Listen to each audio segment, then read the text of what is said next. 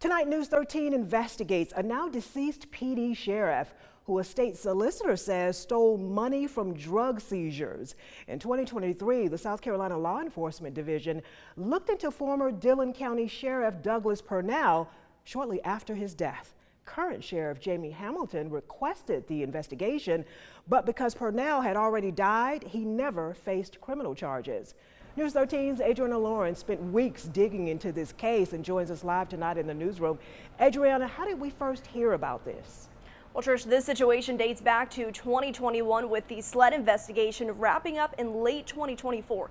But we only found out about this investigation and the 41-page report because someone sent a tip into the News 13 newsroom.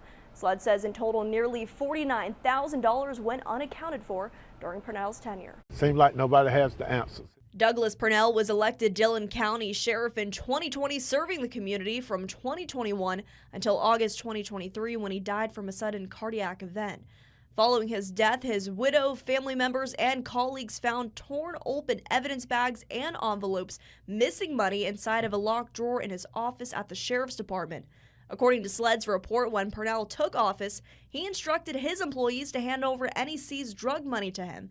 County Treasurer Jamie Estes told SLED the common practice was to deposit it into her office. During Purnell's 2-year tenure as sheriff, records show only one seizure deposit was made into Dillon County Sheriff's Trust Fund, and about $49,000 were unaccounted for.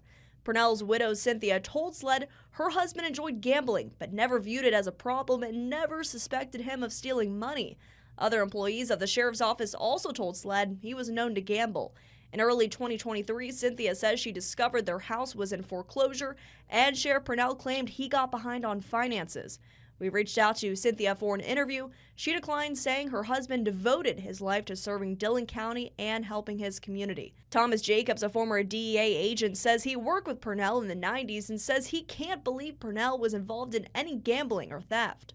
Was disappointed in him as a friend and a law enforcement officer, and that just kind of painted my memory of him, unfortunately. I mean, he was a good guy. He just had a gambling problem and, did something he shouldn't have done. And now his legacy is going to go from being a really good guy to he was stealing money. So the county's treasurer says starting in 2021, she expressed concern to Purnell, 3 county administrators, including Tim Harper, a top county official, and at the time, Deputy Chief Jamie Hamilton, now sheriff. Hamilton, who in the past has referred to Purnell as his closest friend, told SLED during an interview he was unsure of how Purnell handled the seized money, but thought it was, quote, odd. He goes on to say because Purnell had more knowledge, he never questioned him or brought his concerns to anyone else. 2 employees told SLED separately they did as Purnell said, fearful they'd be fired. I mean, they can fire you just because they don't like the way you look. They don't need a reason to fire you, really, so you really cannot get on the bad side of whoever the sheriff is. And Doug was an imposing figure. He was a big fella. He was like 6'4", 280. He was a big fella and could be imposing, physically. In 2022, the South Carolina Sheriff's Association sent Purnell its asset forfeiture guidebook, which was also forwarded to Hamilton. As Deputy Chief, Hamilton told SLED he wasn't aware of how deputies handled cash seizures and was unaware of how Purnell handled any seized drug money. Multiple employees tell SLED, though, they believe Hamilton witnessed Purnell pull buy money from his pocket to give to deputies. News 13 tried asking Hamilton for a sit-down interview 2 weeks ago, but he declined, only sending us a statement saying after Purnell died, he requested an audit through SLED, which may have turned into the investigation, but Hamilton says he's never read the report, even though he asked for the audit. When I initially reached out to the current county administrator and treasurer, they also said they have not read the report. SLED says while it may be routine for some departments to request an audit after every new sheriff, they do not conduct financial audits, only general evidence.